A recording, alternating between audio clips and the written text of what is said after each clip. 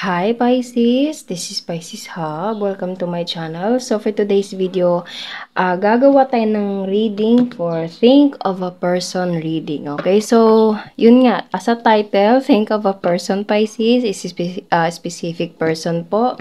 Pwedeng ito ay merong connection sa love, friendship, family member, workmates, okay, kahit sino na aalamin natin kung ano mga totoong intensyon, nararamdaman, iniisip, ginagawa, or any information regarding with your person, Pisces. Okay, so gamitin natin itong The Keeper, the Fortune Telling card.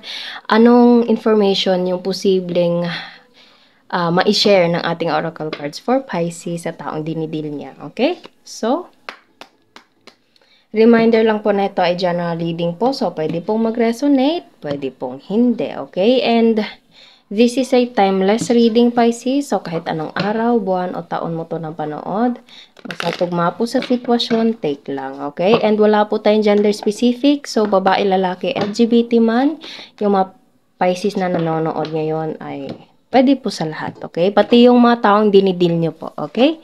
So, okay. So, there's a mature man. So, pwedeng you're dealing with someone na pwedeng mas matanda sa'yo, Pisces, okay? Kasi medyo older yung nanditong masculine energy. Pwedeng ikaw to or pwedeng you're dealing with someone na ganito, okay? So, there's a mature man. Pwedeng itong taong to is obviously mature, okay? So, pwedeng ito ay understanding, knowledgeable, through profession or life experiences, okay? Kumbaga, etong taong to is maraming karunungan, okay? Mapa-emotion man, financial, or any experiences in life, Pisces, okay? And also, pwedeng nakatira to sa medyo malayo kasi meron tayo ditong parang globe, okay? And marami siyang books, okay? So, pwedeng it's either profession na to, okay? Pwedeng trabaho, teacher, lawyer, ano pa ba? Yung mga ganong klaseng trabaho or pwede ding someone na, yun nga, knowledgeable, okay? Kumbaga, this person is hindi mo papahirapang mag-explain kasi naiintindihan ka niya, okay? Naiintindihan ka niya. So, it's either you're dealing with someone and also there's a wealthy man, okay? So, yun nga, this person is, it's either para siyang maganda yung trabaho niya, Pisces, or maganda yung estado niya sa buhay. Okay? And this person is so mature enough. And yung personality ng taong to is, ano siya, para siyang calm, okay? Kalmado. Pag sinabi mo yung side mo, sinabi mo yung ganito, ganyan, naiintindihan ka niya, okay? Hindi ito mahirap pakikitunguhan itong taong to. So, pwedeng boss mo to, Pisces, you're dealing with someone na mature, mas patanda sa'yo, okay?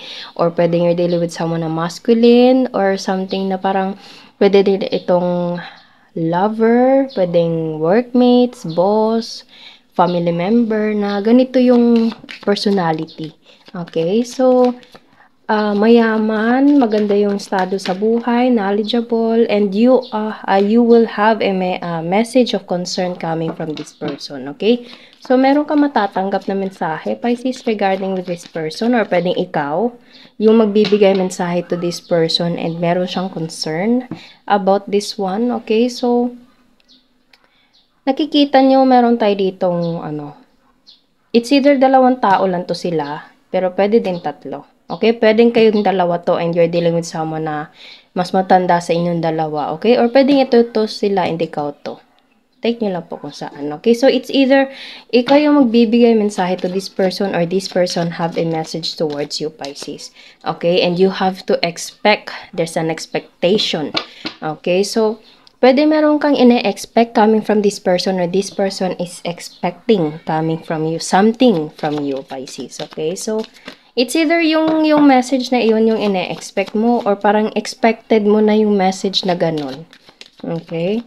So, ano pa? Merong concern message of concern siya Hindi lang siya message, kundi message of concern. And yun nga, sabi ko kanina, pwedeng itong taong to is nakatira sa malayo kasi meron tayo ditong globe and ito naman is distant horizon. Obviously, malayong lugar. So, pwedeng magkalayo kayong dalawa, and pwedeng itong message na ito is pwedeng ito ay merong connection sa malayong lugar, okay? So, it's either ikaw yung pupunta dun sa malayo, siya yung pupunta dun sa malayo, nakatira sa malayo, okay? And you are expecting to this person to message you, okay? Or pwedeng itong taong to is meron siyang sasabihin sa'yo, and meron itong connection sa expectation and distant horizon, okay? So, ano pa? Ano pa po? Journey, yes, there's a travel, Pisces. Yun nga, malayong lugar. So, it's either this person is traveling towards you, okay? Or pwedeng siya yung inulit ko lang. Or pwedeng ikaw yung magta-travel towards this person. Or this person wants you to travel. Pwedeng meron itong connection sa trabaho na kailangan mong pumunta doon para ayusin yung nandoon. Pwedeng ganon, okay? So, pwedeng ito ay, yun nga, boss mo, workmates, okay? Or something na merong connection sa financial, sa trabaho, career. Or pwede din namang sa love na there's a traveling talaga na mula sa malayo. Feel ko ibang bansa kasi meron tayo ditong globe. And then there's a journey and distant horizon. So, obviously, there's a parang flying ship and train. So, malayo talaga. Ilang oras din yung travel na ito. So, pwedeng you're expecting coming from this person about traveling, Pisces. Okay, so, pwedeng siya, pwedeng ikaw. Meron na itong connection sa traveling. Or pwedeng kailangan mo mag-travel, kailangan niya mag-travel. And unexpected income. There's an expectation and there's unexpected. So, pwedeng this person, it's either ikaw yung pwedeng itong message of concern is merong connection sa unexpected income. So, hindi mo lang siya ine-expect na darating, Pisces, kundi parang meron siyang a little bit of surprise. Parang ganun, okay? So, naririnig ko yung ganun, Pisces. So, nakikita nyo, dalawang kamay yung nandito. Okay? So, eto, napapansin nyo, etong parang damit ng tao nandito is parehong-pareho sa wealthy man na nandito. Okay, so obviously this wealthy man will give something for you, Pisces, okay? And pwedeng ito ay merong connection sa traveling. So, yun nga, sinabi ko kanina, it's either ikaw yung magta-travel or this person will travel towards you or basta merong traveling na malayong lugar, okay? And yun, merong connection sa little bit of surprise, Pisces, okay? So, wow. Pwedeng expected mo na to, pero okay, there's a poverty. Nakikita nyo, Pisces, sa dalawang kamay na nandito, pareho, andito. Yung isa na nandito, ito yun siya. Ito namang nasa baba, is ito yun. Okay, so, kailangan mo to, Pisces, or kailangan to ng taong dinidil mo. Okay, kumbaga, tutugunan, mabibigyan ng solusyon. Kung hindi naman to literal na pera or literal na something na gift, pwede din ito ay something na parang solusyon. Kumbaga, siya na mag-handle para ayusin. Pwede din pong ganun, okay? Basta merong tulong, merong something na bigay, offer, opportunity na coming from this person towards you, Pisces. Or pwede pong vice versa po. Ikaw yung magbibigay sa taong dinidil nyo po, okay? So, expected mo na, there's something na expected mo na, meron na kayong plano, pero meron siyang a little bit of surprise talaga na parang mahihiya ka na tanggapin mo, Pisces, okay? Parang mahihiya ka, pero sobrang mong magiging grateful ito, kung ano man ito, okay? Bottom of the deck is courtship. Ayan.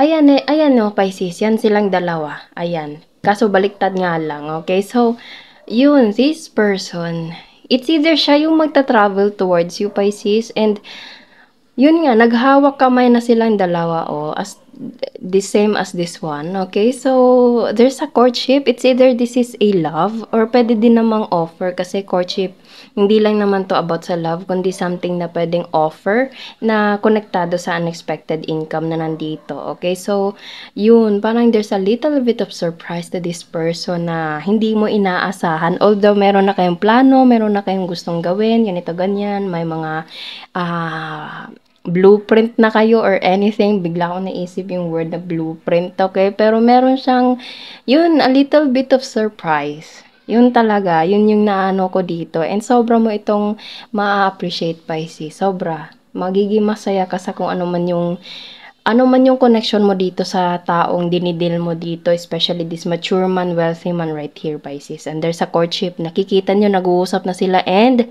napapansin nyo merong Cupid sa taas. Okay, so obviously, merong connection sa love. And para siyang male, Pisces, nakikita nyo, para siyang, although parang letter M to, pero meron siyang connection sa mail, okay, or letter, or something na Gmail, pwede pong ganun, okay? So, little ano lang yun, little information or medyo konektado sa reading natin yan. Pero kung hindi, it's okay lang po. Okay? So, actually maganda yung reading natin ngayon to this person. Think of a person reading for Pisces. Okay? So, yun po ang ating reading sa araw na ito. Naway nagustuhan niyo po, Pisces. Huwag niyo po sanang kalimutan na mag-like at mag-subscribe po sa ating channel. And click the bell button para ma-notify po kayo sa next videos na i-upload natin. Okay? So, thank you, Pisces, and God bless!